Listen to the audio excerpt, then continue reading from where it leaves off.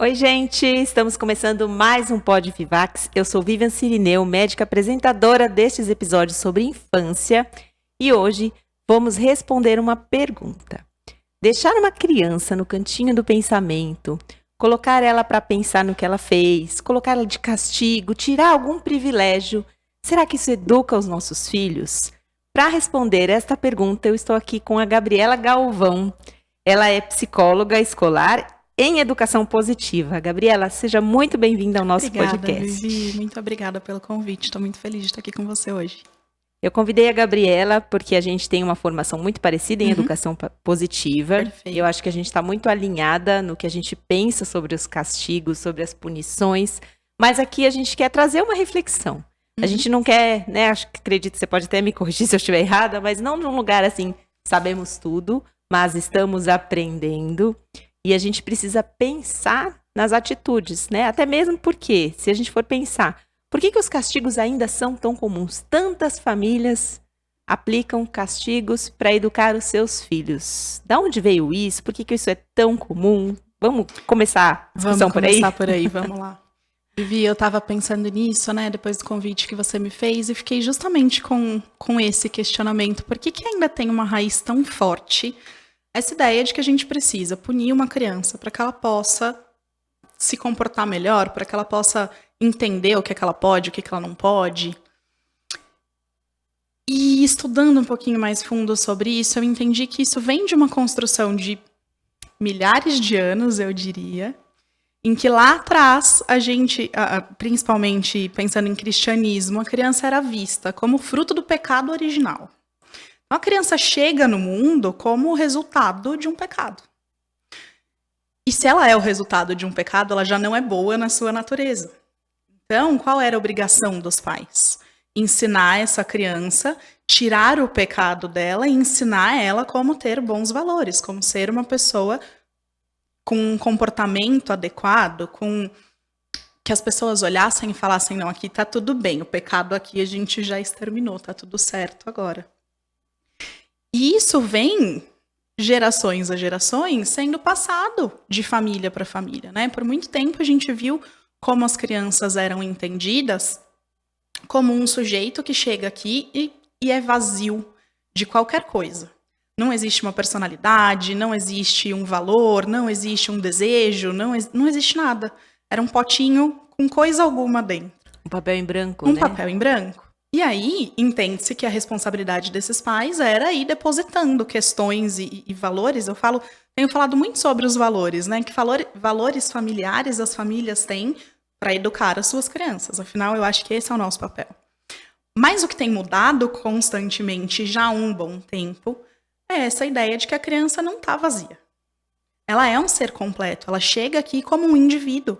O que ela é uma pessoa, um ser humano, num estágio inicial de desenvolvimento. E só. Então, ela já tem várias coisas ali. E aí, o que a gente vai fazer é ajudar essa criança a construir limites. Até onde eu vou? Até onde eu não posso? O que me faz bem? Quais são os meus limites? Né? Como é que eu ajo aqui nesse mundo? E é fato que uma criança muito pequena não tem essa consciência. Então, é nosso papel ajudar ela a transitar por isso. Juntando essas duas coisas, a gente tem a ideia de que ela só vai aprender se eu fizer com que ela se sinta mal quando ela tiver um comportamento que não é aceitável. Não é aceitável, então eu preciso mostrar para ela o que é aceitável. E aí, no senso comum, até poucas décadas atrás, o que a gente fazia? Quanto pior ela se sentir, mais fácil dela entender que esse não é o caminho, aí ela não vai repetir. A gente consegue extinguir esse comportamento. E a gente tem visto cada vez mais na prática isso não é real. Né? A gente tem tido aí uma infinidade de pesquisas. Eu acho que em 2021 saiu uma revisão científica de diversas pesquisas diferentes e que apontam isso pra gente. Que a criança não aprende e não melhora o comportamento através da punição, através do castigo. E é importante lembrar que a gente não está falando só do castigo físico ou só do cantinho do pensamento. Né? A gente tem aí um escopo com muitas coisas que a gente pode chamar de castigo, a gente pode falar mais sobre isso. Mas eu acho que o primeiro passo é entender isso. Essa criança tá num estágio inicial de desenvolvimento. E tudo que eu oferecer para ela é o que ela vai ter de matéria-prima para construir como ela vai se comportar ao longo da vida. Sim, mas de certa forma, vou trazer até um questionamento que é dos Claro. pais, que é de todo mundo, assim. Tem um certo ponto que o castigo funciona. Uhum. Por quê? Se a gente pensar, nós fomos educados com muitos castigos. Sim. E eu tinha medo de ficar de castigo. Uhum. Então eu me comportava. Eu era a Perfeito. criança boazinha, que não dava trabalho, que... A gente estava até fazendo uma conversa aqui antes, perguntando, Uhum. "Ai, vamos lembrar dos castigos que a gente tinha na escola?" E aí eu pensando em mim, na minha história, gente, eu quase nunca ficava de castigo na escola. Mas é porque eu não queria ficar. Eu via os meus amigos ficando de castigos e eu não queria ficar. Aprendi Então, pelo exemplo aprendi do outro. a não ficar de castigo. Então, o castigo, ele funciona para o comportamento. Funciona. E aí eu volto para a história dos valores. Eu acho que quando a gente recebe uma criança nessa vida, venha ela por onde vier. O que a gente precisa se perguntar é isso. Que valores eu quero ensinar e oferecer para o meu filho? Será que dentre esses valores eu quero que ele colabore, que ele respeite, que ele obedeça pelo medo? Só por temer? A criança que teme hoje, que adulto ela vai ser no futuro? Porque funciona? Funciona. A gente vai conseguir diminuir a incidência de um comportamento porque a criança está com medo. Está com medo do castigo, está com medo de perder um privilégio, está com medo de ficar sem brincar, está com medo de apanhar. Talvez algumas crianças entrem nesse lugar de falar, tá bom, é um limite aqui, esse passo eu não vou dar. Isso não significa que ela está aprendendo os valores que a gente quer ensinar. Então, no fim das contas, o que a gente quer? Eu acho que essa é a pergunta mais importante. Enquanto adulta que estou aqui com a responsabilidade de educar uma criança, o que eu quero ensinar para essa criança? Só a ter medo de mim?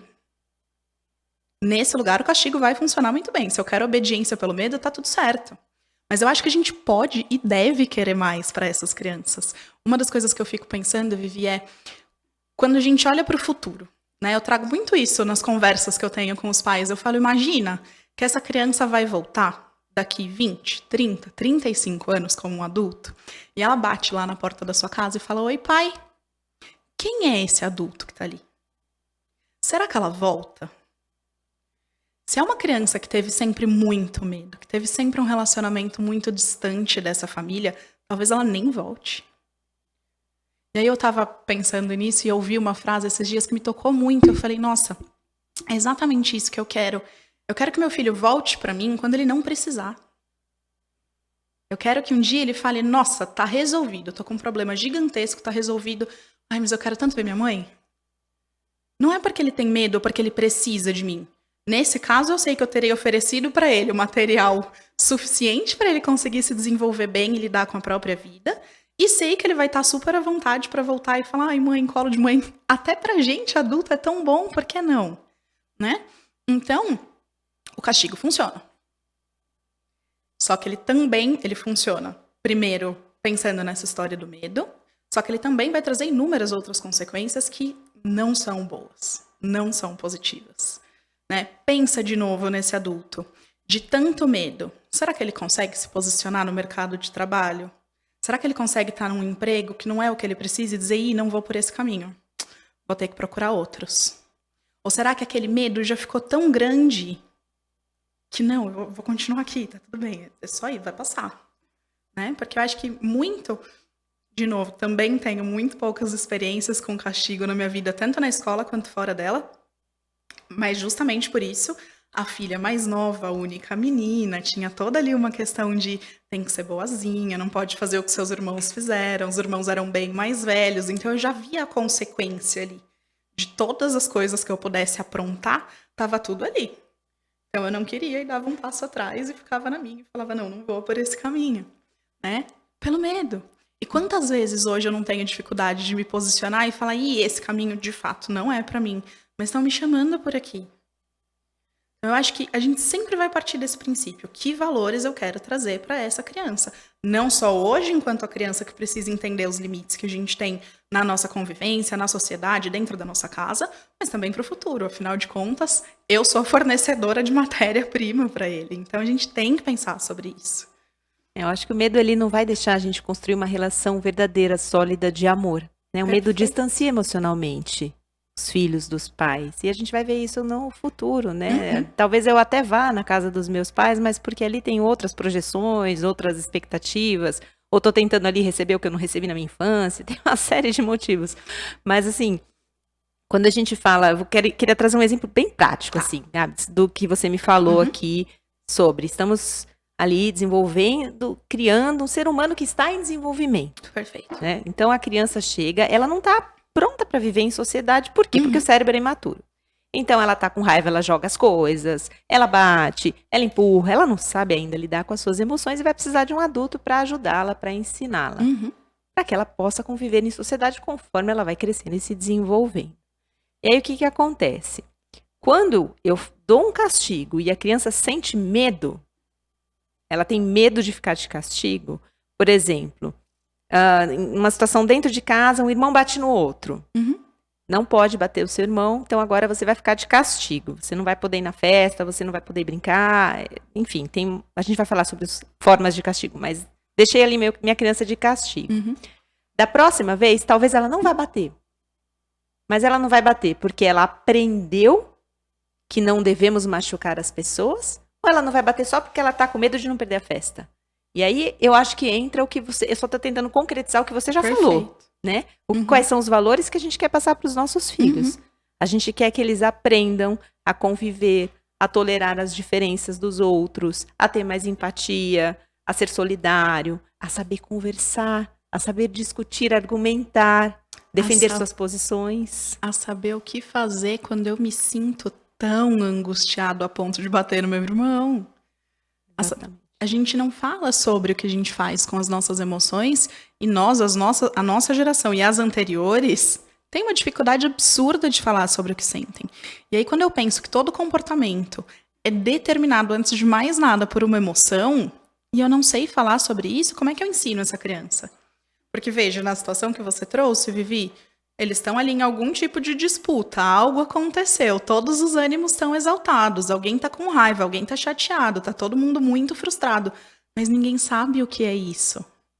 Né? Então, quando eu penso nos valores, como você está trazendo agora, todas as características que a gente quer educar para que os nossos filhos tenham no futuro, eu acho que a base de todas elas é saber pensar, sentir e comunicar o que eu estou sentindo. Não, a prova viva, né, do que você me falou, assim, nós aqui, né, depois dos 40 anos, estamos aprendendo agora a lidar com as nossas emoções, porque lá atrás, sim, eu fui a criança obediente, que eu não dava trabalho, não ficava de castigo, mas ali eu nunca soube lidar com as minhas emoções. Tudo foi sendo armazenado, trancado no meu corpo, e às vezes isso volta pra gente, até como formas de doenças, por esse excesso de cortisol que ficou lá atrás e não foi disseminado, não teve espaço para eu sentir raiva, para eu sentir tristeza. E agora chegou o momento da gente olhar para qual é a infância que a gente quer. A gente quer esses adultos com essa geração doente que a gente está vendo. Foi o episódio que a gente gravou na semana passada aqui. O excesso de número de pessoas com transtorno de ansiedade, transtorno de depressão, e a gente não está olhando que a origem está aqui na infância. Perfeito. Eu também atendo enquanto psicóloga clínica, Vivi. E na clínica é o que a gente vê. São pessoas voltando. E eu só trabalho na clínica de adultos, eu não trabalho com as crianças.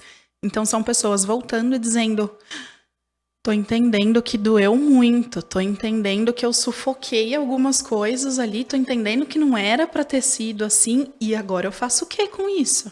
Tô entendendo que eu tô adoecendo por conta de coisas que eu vivi.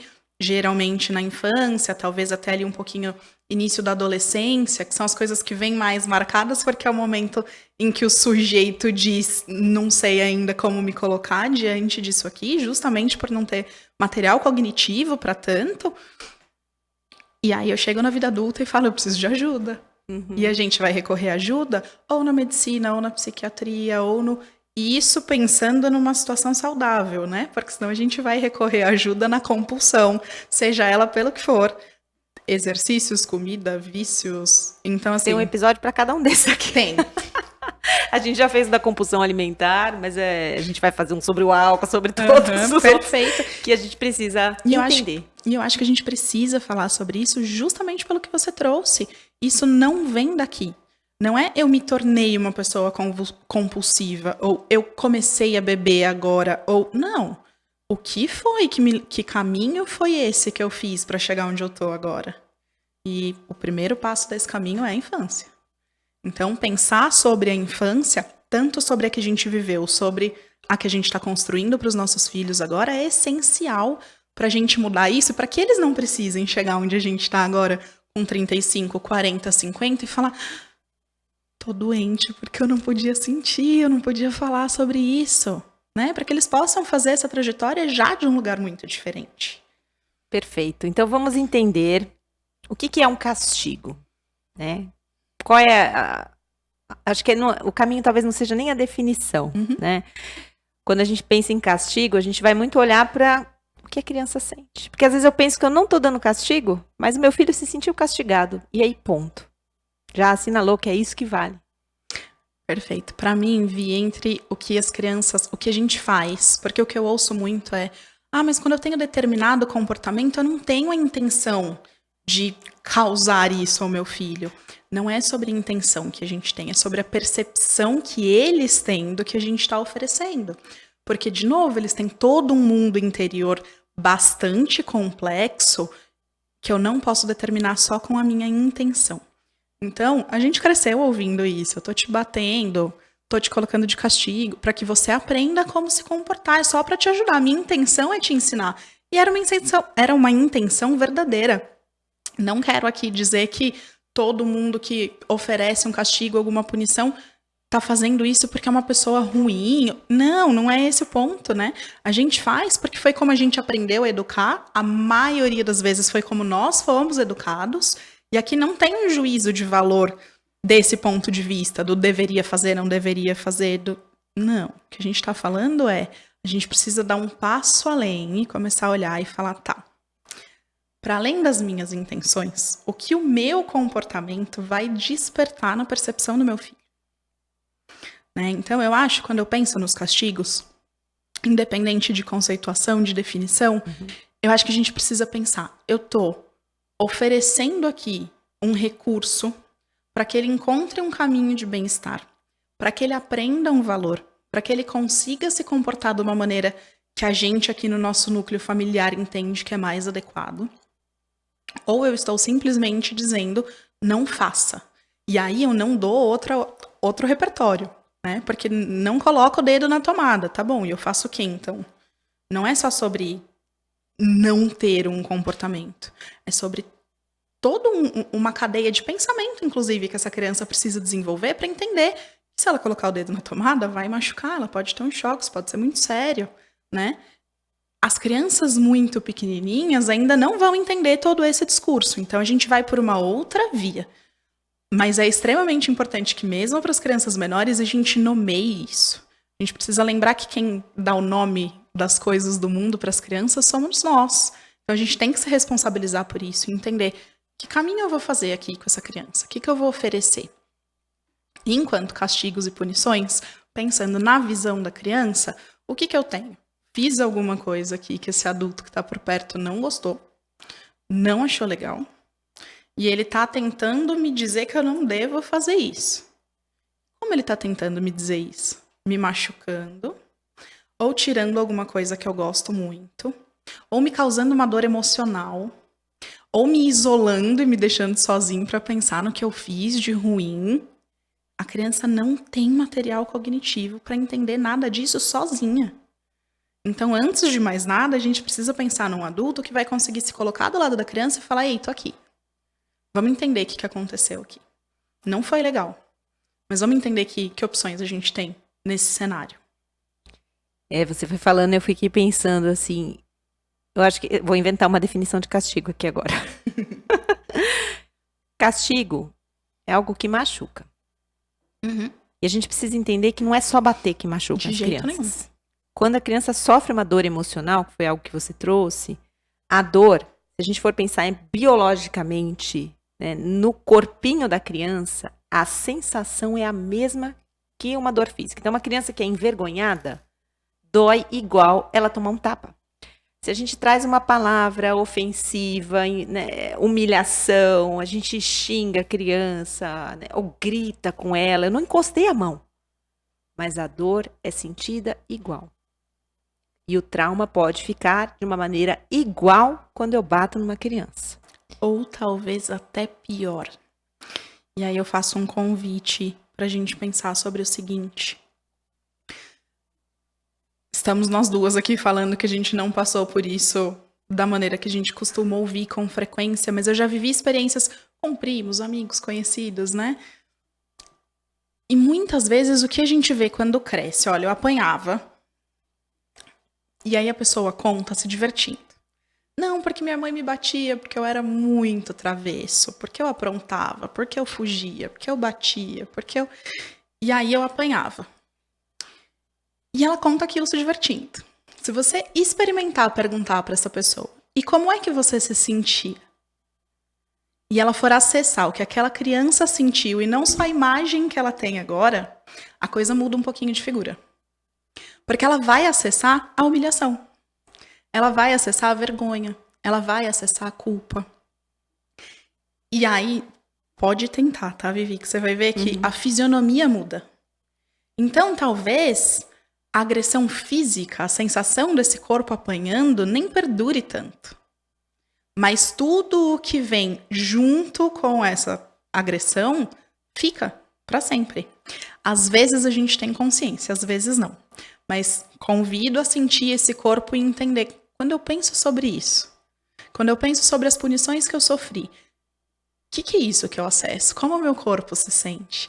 E a gente vai encontrar no corpo, vai encontrar um friozinho na barriga, vai encontrar um desconforto no estômago, uma garganta que aperta, um músculo que fica mais tenso. E esse corpo está contando pra gente de como a gente se sentia naquela situação, né? E por diversas vezes, enquanto adultos, a gente vai usar o humor como recurso para diminuir a dor, para falar, não foi tudo isso, tá tudo bem. Então eu entendo, Vivi, que o castigo, ele é eu usar de ferramentas como a culpa, como a humilhação, a vergonha, para dizer para essa criança não se comporte dessa maneira. Independente de como essas sensações sejam provocadas, de qual é a ferramenta para provocar essas sensações. Porque aí quando a criança que bateu no irmão e queria ir na festa não foi, lembrar da sensação que ela teve, não de ter apanhado, não de ter ido pro castigo, pro cantinho do pensamento, mas quando ela acessar o como que eu me senti. Nossa, eu me senti muito mal. Talvez ela nem saiba nomear o que ela sentiu, mas eu me senti muito mal, eu não quero sentir isso de novo. Então é um recurso usado muitas vezes para conquistar um comportamento esperado. E aí a gente entra na história das expectativas. Que expectativas eu tenho para essas crianças? Não, faz todo sentido. Acho que essa questão das palavras, eu até fiquei pensando aqui, talvez seja isso, né? A criança ali, durante a infância, ela está formando a sua psique, a maneira como ela entende quem ela é, o que ela está fazendo aqui no mundo, o quanto ela tem valor, o quanto ela se ama. E quando vem essa palavra das figuras principais, que é muito pior, né? Pai e mãe, muito pior do que vir da professora da escola, ou de uma tia, ou de uma avó, é pai e mãe. Quando vem do cuidador principal, que ela é burra, ou que ela é incapaz, que ela é insuficiente, qualquer fala ali, que ela é terrível, rótulos que a gente vai colocando na infância, aí ela vai se questionar, eu sou isso mesmo, eu sou essa pessoa errada. Perfeito. E essa crença que fica ali, às vezes, no inconsciente dela, ela não lembra. Muitas vezes não vai nem lembrar do que os pais falavam, porque a dor, às vezes, quando a dor é muito grande, o nosso cérebro tem mecanismos de nos proteger, então a gente esquece. Mas aí eu cresço e na vida adulta eu fico pensando, eu não sou boa o suficiente, eu não mereço amor, sei lá, alguém me dá flores, eu não mereço isso, eu não mereço ser feliz. A pessoa não acredita que ela pode ter uma vida plena, feliz e satisfeita, e é daí que começam vários transtornos mentais, né? Sem dúvida alguma, Vi. O que acontece é que a criança, enquanto ela tá ali se constituindo enquanto sujeito, esse cérebro entende que ele precisa de uma figura que saiba o que está acontecendo. Porque eu não sei. Eu não tenho um corpo físico capaz de sair correndo e se virar sozinho e fazer o jantar. Eu não tenho material cognitivo para lidar com essa explosão de emoções.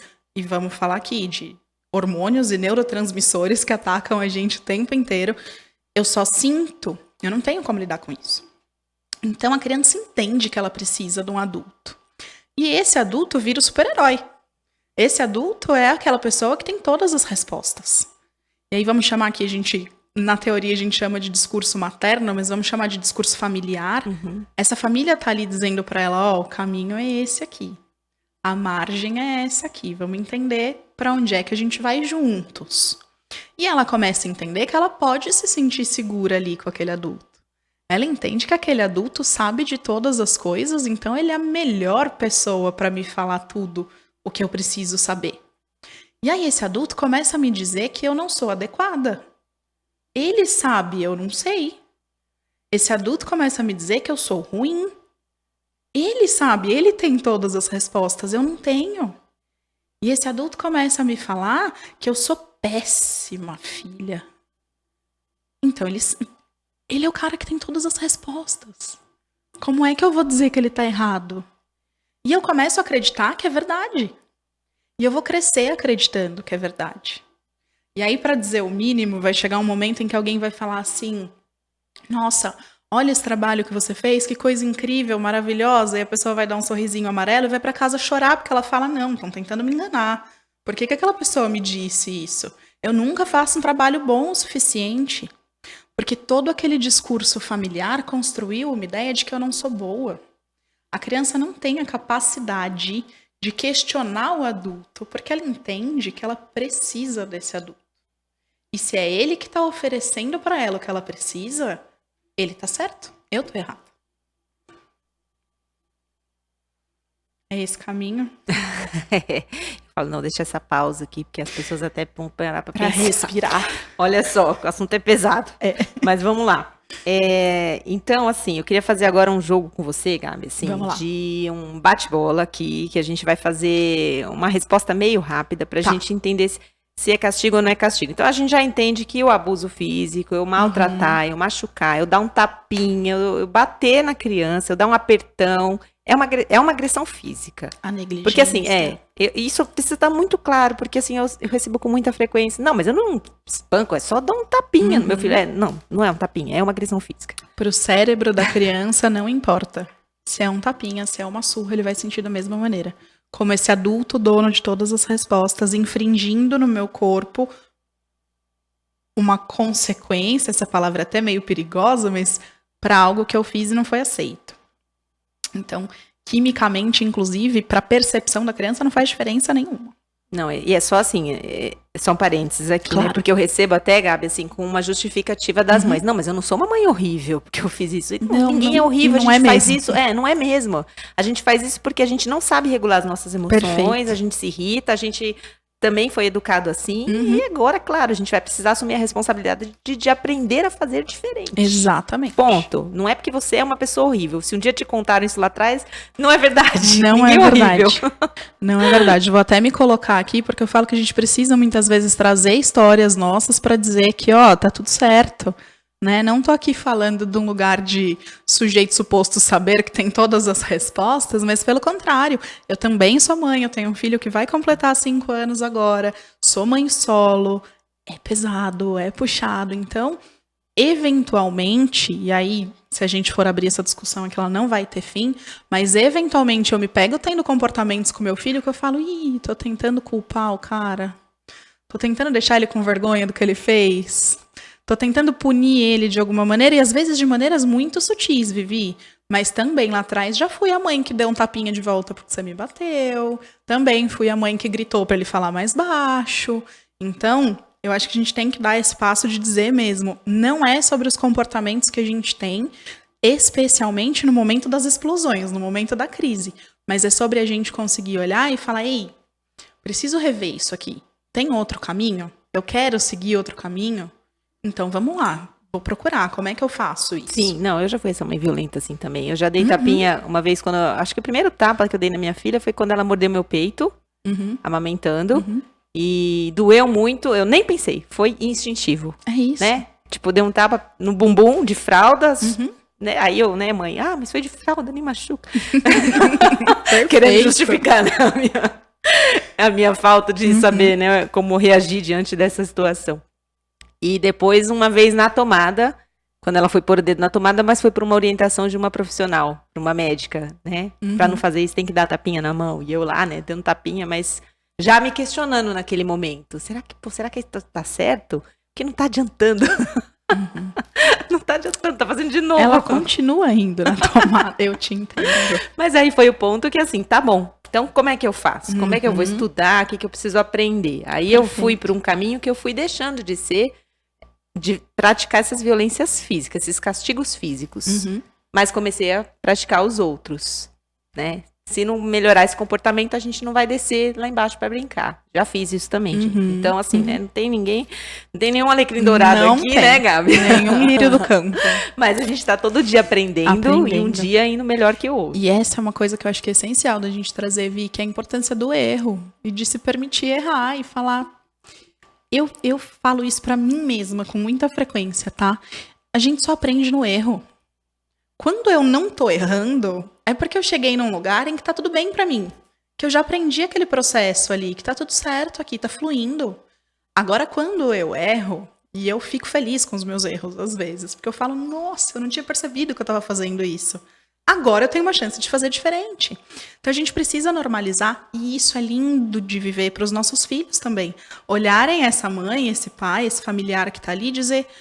Eles também erram, então quer dizer que tem espaço para isso, né? E eles vão construindo neles mesmos essa chance de falar, tá bom, errar é natural, e aí a gente tenta consertar, tenta dar um jeito no que fez, encontra caminhos novos e entende como é que eu não repito esse erro.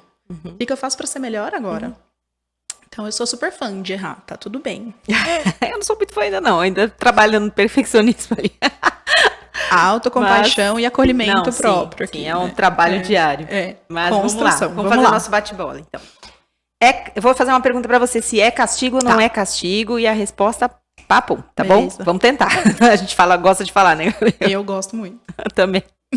Vamos lá. É castigo ou não é castigo? Ficar sem ir ao parque, perder o recreio na escola. Castigo. Castigo porque eu tô tirando da criança algo que é importante para ela que ela se sinta mal e se comporte como eu quero. E aí, se eu só tiro isso da criança, eu não tô ensinando para ela que comportamento eu gostaria que ela tivesse. Eu não tô validando o que ela tá sentindo e dizendo, tá tudo bem, você não ficou legal, algo aconteceu aqui, vamos entender o que foi. Não, eu tô só punindo a criança, falando, vai perder isso aqui porque você não sabe o que fazer. E talvez ela realmente não saiba. Então é castigo, é só a punição pela punição. Perfeito. Cantinho do pensamento. Fica aí pensando no que você fez. Quando a frase começa com fica aí pensando, fica aí, eu já entendo que é punição. Eu tô me afastando. O que você merece diante do que você fez é a minha ausência, o meu afastamento, é a solidão. Você merece estar aí porque você fez algo muito ruim. De novo, isso só ensina para as crianças que se eu me comporto mal, eu tenho que ficar sozinho. Eu tenho que ser afastado. Eu tenho que me sentir mal. Não ensina qual o caminho. Então, ok, o que essa criança fez? Vamos juntos pensar o que aconteceu aqui? Vamos juntos entender o que você pode fazer da próxima vez? Castigo. Maravilhoso.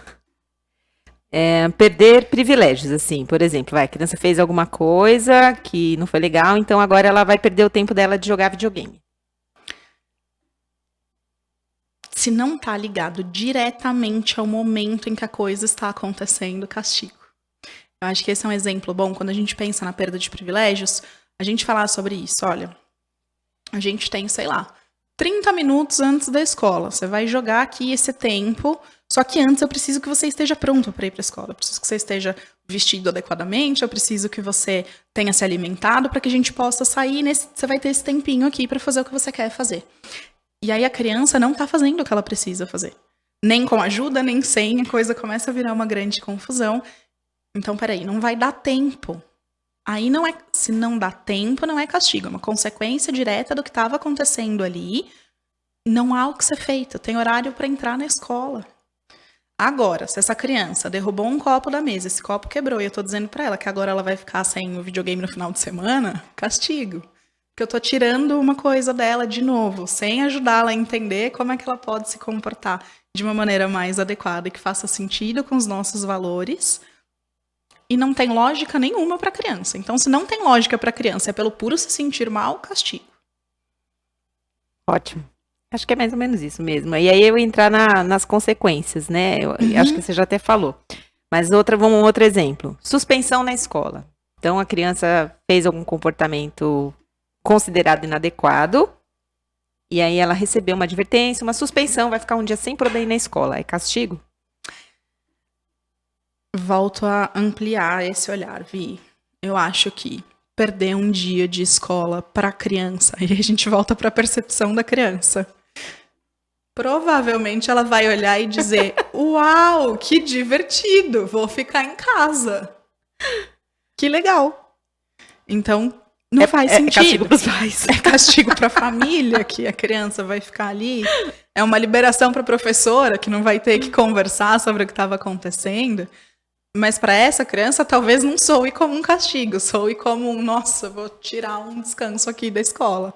Vou tirar um descanso daquela situação que estava me deixando tão tenso. Talvez seja até uma coisa boa, não sei, né? E aí eu acho que pensar pelo viés da criança, nesse caso até dos adolescentes, que vai acontecer mais com as crianças mais velhas, é importante para a gente entender o que está gerando esse comportamento tão inadequado. Eu acho que talvez o castigo, assim, de ficar em casa, não. Mas da situação de vergonha que ele possa passar diante dos amigos, aí sim vai ser um castigo, né? Porque assim... Vergonha. E Vi, se a gente for falar das crianças maiores, eu tenho aqui uma listinha de histórias de não foi vergonha nenhuma. Achei super divertido. Você viu o que eu consegui com isso?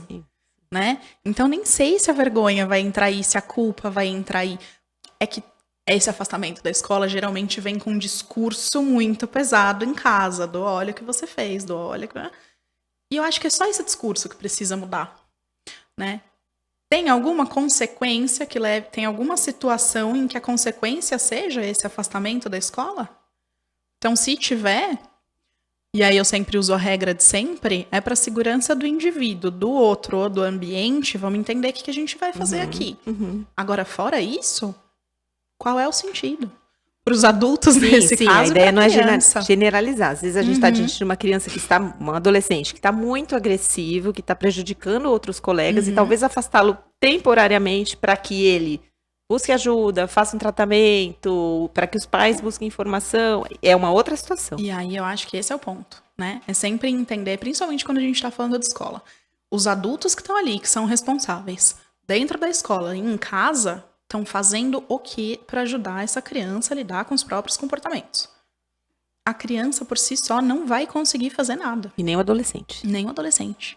Nem o adolescente. Ele precisa de alguém para dizer, os caminhos são esses.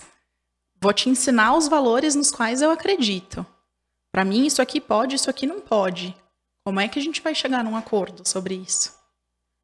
Para que essa motivação seja interna. E aí a gente volta para a história do medo. Não é não repetir porque eu tenho medo. É passar a me comportar de uma maneira diferente porque fez sentido para mim não machucar o outro. Porque fez sentido para mim não puxar um brinquedo da mão, ou não ser violento enquanto adolescente, ou fez sentido interno. Agora eu entendi que esse não é o caminho que eu quero. E aí eu vou buscar ferramentas para isso. Só que esta pessoa, este indivíduo, independente da idade que tenha, só vai entender isso quando ele tiver alguém ali do lado dele dizendo, ei, vamos, vou te mostrar que tem outras opções aqui. Entendo o que aconteceu com você. Entendo como você se sentiu. Mas a gente precisa agir de uma outra maneira. Não é assim que a gente vive aqui, nessa família, nessa escola, nessa sociedade. Tem outros caminhos. Com ajuda, e eu acho que essa é a nossa responsabilidade básica, né, Vi? É dizer, ei... O mundo é esse. A gente acredita nisso. Vamos tentar? Como é que vai ser para você viver isso aqui? Então, mas aí a gente entra num outro problema, Gabi. Porque assim, eu vou falar para os meus filhos o que pode, o que não pode, o que é valor. E ele vai escutar? Depende do vínculo que você tem com ele. Perfeito. Depende se você escuta o seu filho. Se você constrói essa relação. E se você está aplicando castigo, você não está construindo essa relação. Então começa por aí.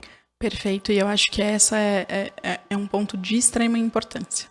Quando eu falo, vamos pensar nos valores, uma das coisas que eu falo é, quem é essa criança que eu quero ter aqui? Que relacionamento eu quero ter?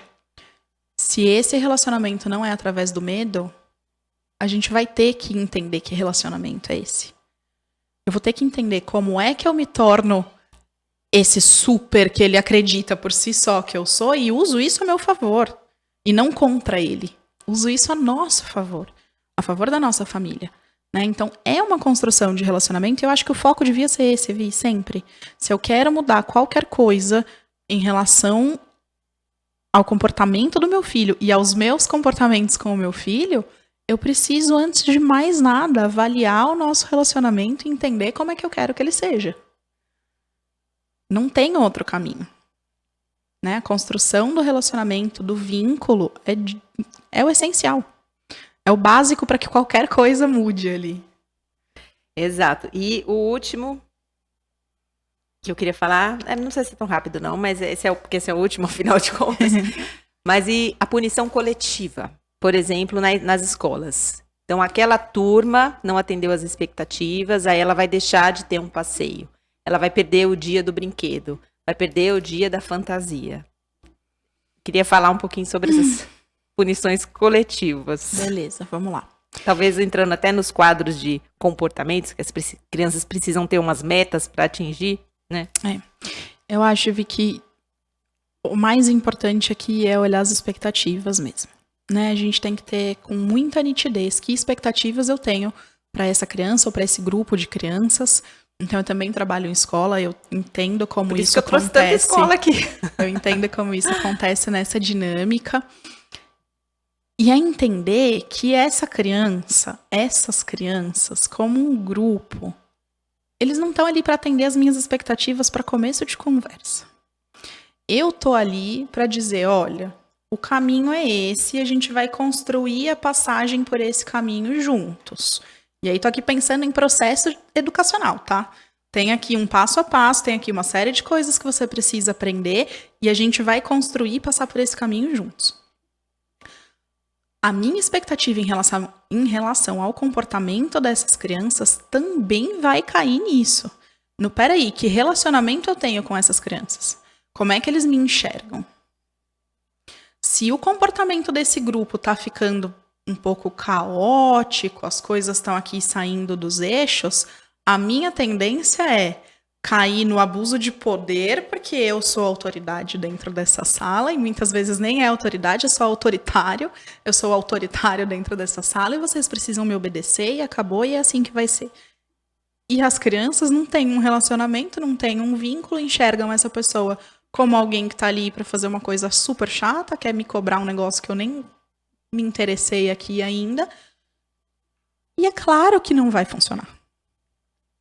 Né? Então, de novo, os adultos que estão ali conduzindo esse grupo precisam olhar e falar como é que eu desperto o interesse dessa criança antes de pensar em como é que essa criança ou esse grupo atende às minhas expectativas. Tem que vir antes. Eu preciso estar conectado com esse grupo e falar, a gente funciona junto. Eu preciso fazer parte desse grupo de alguma maneira. Aí a gente vai para esse lugar. Isso aqui não está funcionando e vocês vão perder o parque, o passeio, a hora do brincar, o lanche. Com que objetivo? Para punir? Para fazer com que eles se sintam mal? Para fazer com que eles sejam vistos ou talvez até comentados dentro da escola com olha que turma terrível e que tá lá, tá pagando o preço de ser como eles são. Ou será também que pode ser para esse adulto falar olha como eu consigo. Olha a força que eu tenho aqui. Olha como eu sou poderoso diante desse grupo. Muitas vezes de crianças tão pequenas que não fazem nem ideia do que está acontecendo. Eu acho que essas questões humanas nossas, elas são muito perigosas e a gente tem que olhar. Porque às vezes a gente precisa se autoafirmar na frente dos nossos filhos, né? Sou eu que mando aqui. Então, né, você tem que me obedecer, porque eu sou sua mãe. E eu posso estar nesse lugar, e eu também posso estar, que acho que são nossas fragilidades humanas. Sim. Eu encontro meu reconhecimento assim. Ou eu posso também me vingar do meu filho. Não fez o que eu queria. Ah, mamãe, então vamos lá com minhas filhas, né? Então vamos passar na padaria para comprar um cookie. Não. E eu na minha cabeça lá, né? Pensando, né? Não fez o que eu queria e tal. Agora eu ainda vou lá e vou comprar um cookie para essa criança. Ainda vou premiar ela por não ter feito o que eu queria. E é um pensamento que não faz sentido. Né? Não faz. Mas é alguma coisinha no meu ego ali que eu tô ali massageando. E sabe o que eu acho que acontece, Vi? Que muitas vezes a gente não só se vinga do que está acontecendo agora, mas a gente se vinga do que nos aconteceu. Então, tem muito um lugar de eu olhar para essa criança, a história do apanhei, não morri, E olhar e falar, cara, eu apanhei. Eu fiquei lá sozinho pra pensar no que eu tinha feito. E agora eu vou pegar essa criança que tá aqui toda desorganizada, acabou de bater no irmão, pegar no colo pra acalmar, pra dar um abraço, falar vai ficar tudo bem? Não vou. Alguém tem que pagar pelo que eu sofri. Alguém vai ter que pagar esse preço. Mas que isso é inconsciente, né? Não é, a gente não pensa isso. A gente não pensa. É movido a agir assim de uma forma inconsciente. Justamente por conta da construção que foi feita ao longo da nossa vida, especialmente da nossa infância. Né? Eu não posso pensar sobre o que eu tô sentindo. Quando eu tô ali diante dessa criança, eu começo a pensar sobre o que eu tô sentindo, e eu acho que essa via é uma chave que a gente precisa virar. É um esforço. Não é o não é consciente, eu não vou fazer nada com isso. Não é consciente, eu vou ter que fazer ser consciente. Eu vou ter que entender o que me passa quando eu tô aqui nessa relação e eu tenho uma reação que eu não queria que essa criança tivesse. E eu bato nela, e eu grito com ela. Eu fico sempre pensando aqui, né, no meu exercício mental de como trazer isso pra prática, né, pra hora real.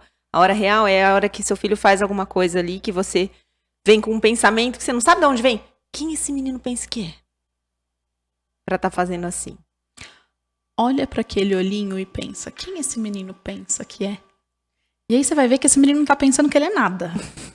Ele tá ali só completamente desorganizado com o que ele tá sentindo.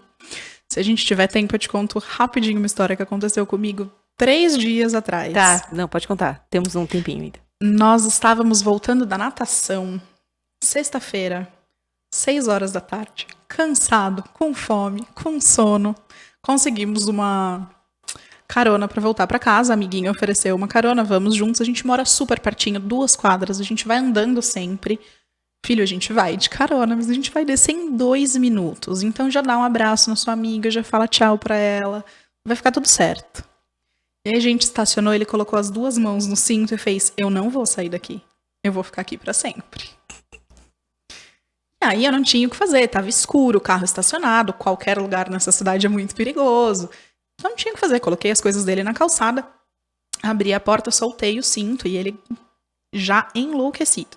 Tirei ele do carro, dei tchau, sorridente, agradeci a carona, fechei a porta, peguei a mãozinha dele porque a gente ia atravessar a rua e ele atravessou a rua gritando: "Você é a mãe mais malvada do mundo". E aí na hora o estômago deu aquela apertadinha e eu falei, ih, lá vem. Alguém aqui dentro vai começar a ficar muito desconfortável com o que tá ouvindo.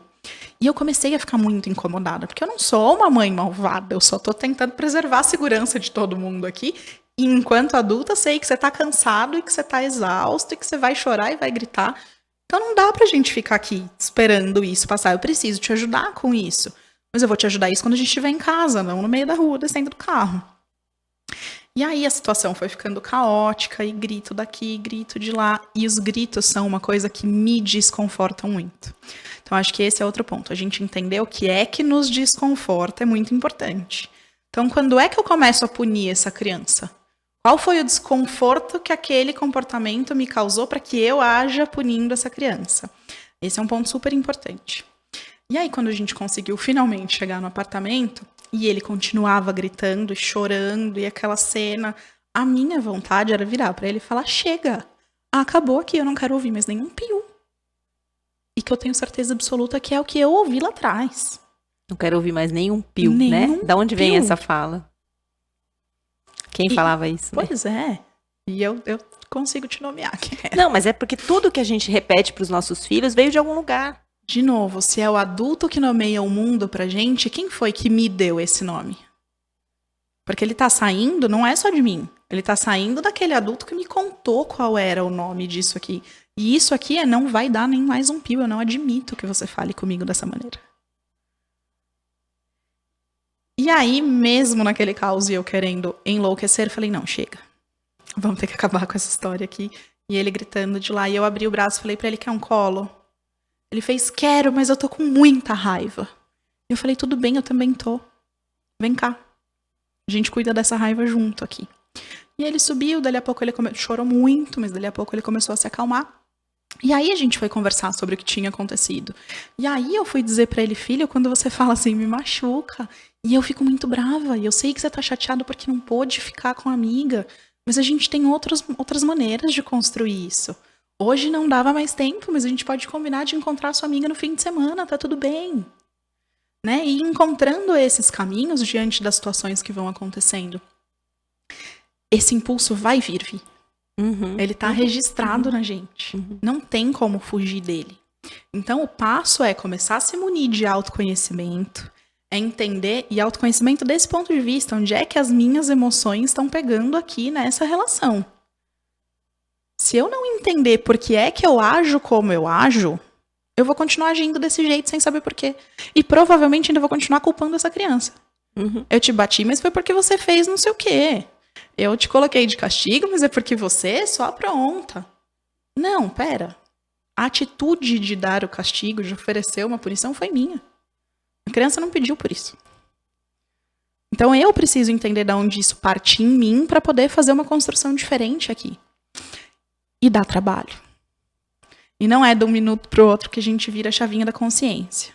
É se observando, é errando, é falando, fiz de novo. Fiz outra vez, e agora o que eu faço? Bom, eu só queria, a gente tá indo pro final, mas eu acho interessante porque, assim, eu queria chegar no ponto do que fazer no lugar dos castigos. Eu acho que você já até começou a construir esse discurso falando das emoções. Mas uma coisa que a gente não falou aqui, e que eu queria, até trouxe aqui, um escritinho aqui, que eu vou colar, gente, porque eu não decorei, né? É que, assim, a gente está tentando construir um discurso sobre por que não fazer isso. Quais são as sequelas a curto e longo prazo de castigar as crianças. Mas eu queria lembrar que isso também é lei. Isso não é um pensamento que é só nosso, né? Então, a gente tem a Lei 13.010 de 2014, a Lei Menino Bernardo, que proíbe o uso de castigos físicos ou tratamento cruel ou degradante como forma de correção, disciplina, educação ou qualquer outro pretexto. É a mesma lei que também proíbe veiculação de qualquer forma de propaganda, de alguém ensinar como maltratar, como bater, como que a gente vê por aí na internet.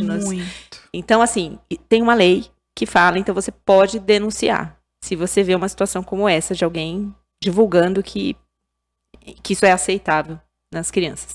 E tem também o ECA, né? O Estatuto da Criança e do Adolescente, no artigo 18, que diz que é dever de todos velar pela dignidade da criança e do adolescente, pondo-os a salvo de qualquer tratamento desumano, violento, aterrorizante, vexatório ou constrangedor.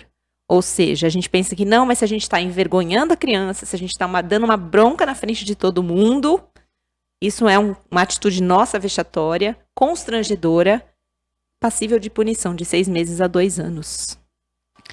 E é extremamente importante a gente falar sobre isso, Vi. Obrigada por lembrar. Porque não é porque eu acho que é legal o que eu tô fazendo com meu filho. Sabe? Não é sobre olhar e falar, eu preciso me tornar o alecrim dourado e não mais bater. Não. Essas crianças merecem e têm o direito à integridade física, emocional, psíquica para a vida. E tem uma lei que assegura isso. Não uma, várias. Tem leis que asseguram isso às crianças. Então, entender o que é castigo deste ponto de vista conceitual também é muito importante. Eu sempre trago esse paralelo com a violência. Não dá para falar de castigo sem falar de violência, porque no fim das contas é isso. Ou é a violência física, ou é a violência emocional. E a gente está ali punindo essas crianças de alguma maneira. Então, entender sobre o que é que a gente está falando é muito importante para dizer, ei, é direito do meu filho, não é nem porque eu quero. Eu acho que tinha que ficar de castigo mesmo, eu acho que tinha. Mas não, tem uma lei que diz que não pode. Eles têm direito a serem educados de outra maneira. Né? Então, a gente tem que ter essa consciência. Sim. É que, infelizmente, a lei não convence muita gente, né? A lei, assim, eu sei que a lei, mas o filho é meu, eu faço o que eu quiser. Não é bem assim. Não. Mas, inclusive, porque eu acredito que a gente desconstruir a ideia e mostrar o quanto seu filho sofre, o quanto faz mal para autoestima, para a vida dele, Perfeito. Talvez seja um caminho que vai gerar mais amor e esse olhar dos pais e dos professores. E aí, uma das coisas que eu sempre trago nesse lugar é de que o que o castigo ensina. Quando a gente está batendo, a gente está ensinando que amor, porque, de novo, É a minha referência de segurança, de amor, de afeto. É o cara que tem todas as respostas. É a pessoa que tem todas as respostas. E ele me bate. Então essa é a resposta. Bater funciona. E aí a gente tá ali aumentando o índice de violência. Vai pra escolinha e vai bater no amigo, porque afinal de contas é isso que faz. E eu gosto de você. E aí a gente começa a fazer uma ligação entre violência e afeto. A gente começa a fazer, por exemplo, pra gente sair só do âmbito da violência física, quando eu coloco uma criança de castigo e me afasto dela, eu entendo que o afastamento é uma forma de demonstrar o quanto eu te amo e o quanto você precisa ser melhor pra merecer meu amor. E aí eu passo a minha vida inteira buscando merecer o amor do outro. Eu aprendi isso porque eu fiquei lá no cantinho do pensamento sozinha. Quando eu faço um tratamento de silêncio, por exemplo, eu tô ali com a criança, mas eu não respondo mais. Porque agora essa criança vai entender o quanto é ruim ficar sem mim, sem as minhas respostas. A solidão que essa criança acessa é o que ela vai ter de matéria-prima pro resto da vida. O que ela vai ter é: estou sozinho, não posso contar com ninguém. Tenho que fazer tudo por minha própria conta. E aí a gente tem um adulto que, mesmo quando precisa, não consegue pedir ajuda. Porque se os meus... né? Não confia, e os meus referenciais não tinham a ajuda que eu precisava para me oferecer. Se eles não tinham, ninguém vai ter. Então eu não procuro ajuda. E aí eu acho que tem mais algumas coisas que a gente pode trazer. E uma delas é isso, sabe? Antes disso, eu quero só dizer que de todos os estudos de pesquisa científica que a gente tem, e que é o que tem aí por trás dessas leis, porque a gente não decide fazer uma lei porque agora não vamos bater mais. Não, é porque teve muita coisa ali dizendo não funciona e é prejudicial. Se só não funcionasse, ninguém ia interferir. Mas se é prejudicial, e aí a gente tem uma diminuição de ganho de massa cerebral. Perfeito, eu esqueci de falar disso também. A gente vai conseguir, com as neuroimagens, a gente vai olhar e vai ver o cérebro de uma criança que sofre punições é menor do que a que não sofre. O corpo caloso que liga os dois hemisférios cerebrais, que é a parte que faz a comunicação entre um lado e o outro do cérebro, é menor. Ou seja, a comunicação desses dois hemisférios não vai funcionar com tanta eficiência. Fisicamente, essa criança começa a entrar num estado de hiperalerta, porque qualquer coisa que eu fizer aqui pode ser um motivo de punição. E, de novo, isso vira um treinamento físico. Esse corpo vai passar o resto da vida entendendo que a resposta é essa. Esteja hiperalerta. E aí tá o adulto que não consegue dormir e descansar. Tem insônia. Que só aparece na vida adulta, né? Que só aparece na vida adulta.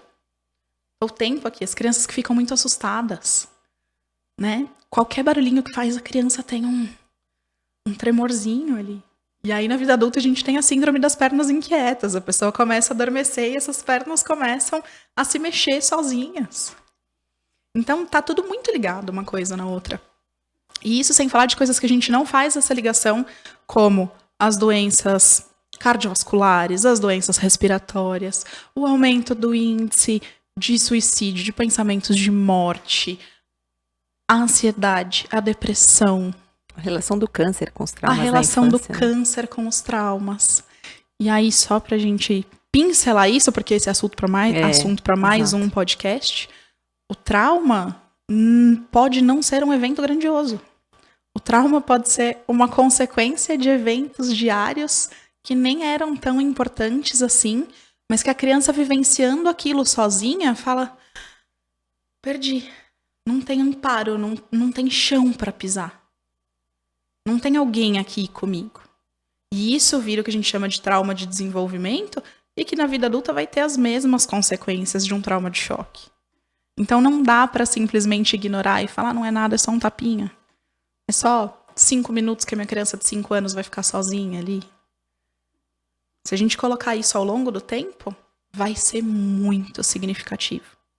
Assim como a outra ponta, o amor, o cuidado, o estar ali, cultivar esse relacionamento, esse vínculo de afeto, de segurança. Se ele já me enxerga como um adulto de segurança, eu vou ser essa segurança para ele. Ai, porque o mundo é terrível e eu tenho que mostrar o tanto que esse mundo é ruim. Seja você que vai mostrar o quanto um relacionamento pode ser bom. Porque que o mundo é ruim, ele vai aprender Vai de aprender um jeito de qualquer jeito. outro. Então vamos ensinar para as crianças que pode ser diferente. E isso é dia a dia, é rotina. É fazer, errar, revisitar o que eu fiz, entender como eu me sinto, voltar lá na prática e falar: ih, filho, foi ruim pra você, foi ruim pra mim, vamos tentar de outro jeito? Vamos ver se assim funciona. E entender que tá tudo bem, que a gente vai errar e que faz parte da vida. Perfeito, Gabi. Assim, acho que a gente não vai ter tempo para falar muito sobre alternativas, porque aí a gente tem que entender os comportamentos e as fases do desenvolvimento infantil. Já ficou aqui para um próximo episódio. Mas o que nós precisamos para educar de uma maneira diferente é estudar. Não tem outro caminho. A gente precisa aprender a fazer diferente. Ler, fazer cursos, fazer um treinamento, fazer uma, né, não precisa fazer uma formação, mas tem que buscar informação. E tem gratuita na internet. Tem informação de todo tipo, do livro, do podcast, do curso, da consultoria, da mentoria. Tem informação de graça, tem informação barata, tem informação muito cara. Então, informação a gente tem para todos os públicos. Entender a importância de se autoeducar para poder educar essa criança é fundamental. Eu só consigo oferecer ali o que eu tenho. Sim, não pode ter desculpa. Outro dia eu recebi um comentário de uma mãe assim: Vivi, eu não posso comprar nenhum curso e tal, mas eu maratonei seu canal do YouTube. Nem tem tanta coisa assim lá, mas assim, maratonei. A pessoa que está interessada, ela vai atrás. O YouTube está lá tudo de graça. Ela vai. Né? Então ela vai aprender. E vai encontrar informações muito importantes e que talvez sejam os primeiros passos ali, os mais importantes, os mais significativos para a percepção daquela criança. Porque a hora que a criança olha e fala: ih, alguma coisa mudou aqui nessa família, ela muda. Ela começa a se sentir mais confiante. Então, fundamental. Sim, e é entender que a gente pode dar as mãos, seguir juntas, porque nós aqui estamos nesse caminho também de aprendizado, de errar e aprender. E cada idade que nossos filhos vão avançando, a gente vai errando mais e vai aprendendo mais, né? Perfeito. E que a gente pode falhar também. A gente pode falhar e procurar ajuda numa comunidade, numa outra pessoa. Olhar em volta e falar: ih, quem tá aqui por perto olhando para isso de um jeito diferente? Às vezes a gente nem se dá conta. Então, procurem pessoas. Maravilha. Por quem possam se aproximar. Bom, Gabi, conta agora pra gente aonde que as pessoas te encontram nas redes sociais. No Instagram, tô no @gabigalvão. Tô lá fazendo um trabalho devagarzinho ainda. Meu trabalho tem acontecido muito no offline, então... Mas tô lá, tem alguns conteúdos gostosos por lá.